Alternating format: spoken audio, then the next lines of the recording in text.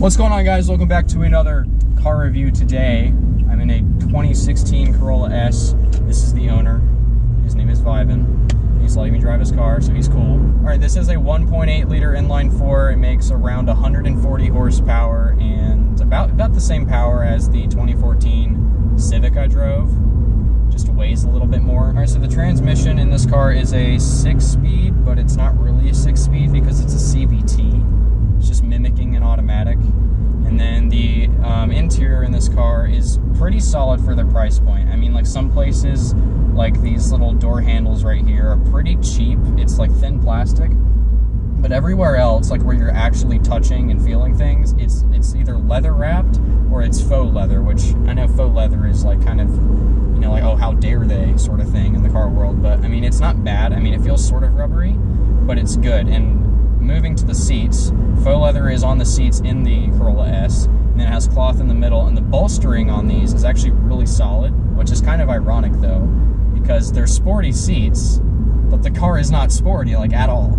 It has 140 horsepower, and that's where I think the Corolla is kind of lacking, and where Toyota kind of messed up, is if they made the Corolla S, like the S badge, means something more, sort of like a Civic Si, where they put sort of like a 200 horsepower engine with a 6-speed manual. I think this car would be absolutely fantastic. Or if they went a step above that and made it all-wheel drive with a turbocharged inline four and sort of like a WRX or an Evo, I think that would be one of the coolest cars ever. I would buy one. I mean, it'd be like an Evo, just be so much more reliable than an Evo. Because Toyota. So I've had the car for about maybe almost 2 years, and within the amount of time I've drove it, I've only had about 10,000 miles on it. So far, it works perfect. Like I haven't had like a single problem. I took it in for maintenance one time, just for, you know, I guess you can call it the daily checkup or whatever. It just needed the oil changed, and I got that done. But this thing, like, it saves gas. It's great on the wallet, especially for, you know, a high schooler like myself. I have to go into college, and the last thing I need to do is spend a ton of money, you know, buying gas. Yeah, really. I mean, that's what this car does well. I mean, it gets you from A to B without you having to, you know, worry about, oh, am I going to be able to make it there and back on a full tank? Right. I mean, this car's gas mileage is what, like almost 40 mpg? Almost. It's something ridiculous like that. I mean, it's really up there. And that's what Toyota is kind of building everything for right now, is they're really economy focused. So it makes sense that this car would be like that. But I feel like in the future, with them coming out with the new Supra, as everybody is speculating it to be, if they made, along with that, another Corolla like this one, just with a bumped up engine and a 6-speed, please. I mean, everybody that likes, you know, plenty of people like the Evo. Plenty of people like the WRX, but everybody just is so skeptical about buying one, especially the Evo, because they don't know if they can daily drive it, or they don't know how reliable it's going to be when they start modding it, because Evos are notorious for blowing up. I mean, they are. They're great cars, don't get me wrong, but they blow up all the time. And you can get this car optioned with a 6-speed manual if you want. This one just has the CVT. Obviously, for daily driving, that's much more practical.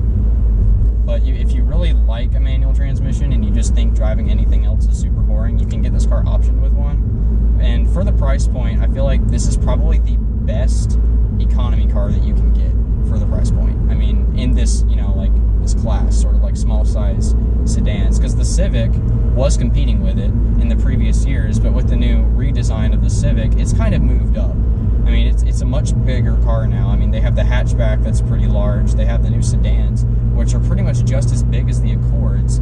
The Civics now are pretty much just like Accords with slightly less nice interiors. The Accords are just bumped up Civics, it seems like. And this car is kind of on its own in this class. Nothing else is really competing with it right now. Nothing notable anyways. I'm sure there's plenty of cars out there that are actually competing with it.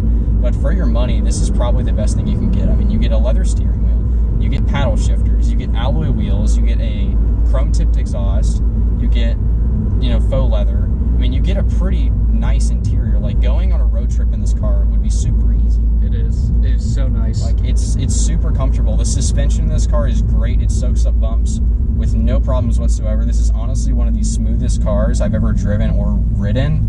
I mean, it's it's great. I really don't have many complaints with this car, other than I don't think the S badge, the sport badge on this car, isn't exactly meaning sporty. It's not exactly a sports car. It just looks nicer. It just looks nicer. It's more of an exterior upgrade package, if anything. Yeah, but I would say, like, comparing it to like the base model, the sports mode is definitely worth the extra grand or two, because you just go from like a really boring interior with the base model, and then with the sports mode, you get this really clean, this really sharp look to it, and it is just so much nicer than the base model, which is just all boring and kind of plain. Yeah, I feel like the base models, even with the exteriors, I mean, the interiors have completely cloth seats and everything. It's nothing special. But the exteriors, I feel like, just look so, like, sad.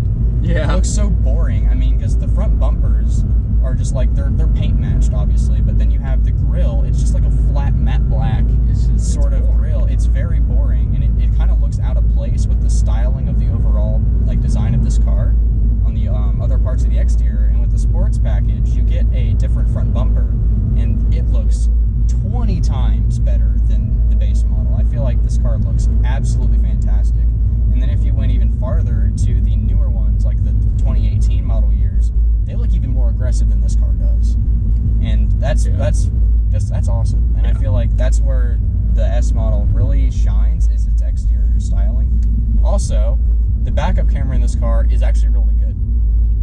You get a nice screen here to look at. It's a good size screen. It's not like too small. I know a lot of cars nowadays get that complaint. That's like, oh, the infotainment screen is too small. But this is a perfectly fine size. The backup camera isn't fuzzy at all. The graphics are good. It has a good picture quality to it. Like, it's not like one of those backup cameras where you look at and you're like, I can't really tell what that is that I'm about to, like, maybe run into. Yeah. I mean, you can tell what's back there. So reversing is really easy. And I think that's the main point with this car, is it's a small, easy to drive economy car. And it does all of those things perfectly. I mean, I don't see any problems with this car, and it's Toyota, so it's reliable. Well, I hope you guys enjoyed this video. If you did, make sure to like and subscribe, and I'll see you guys in the next video. Take care.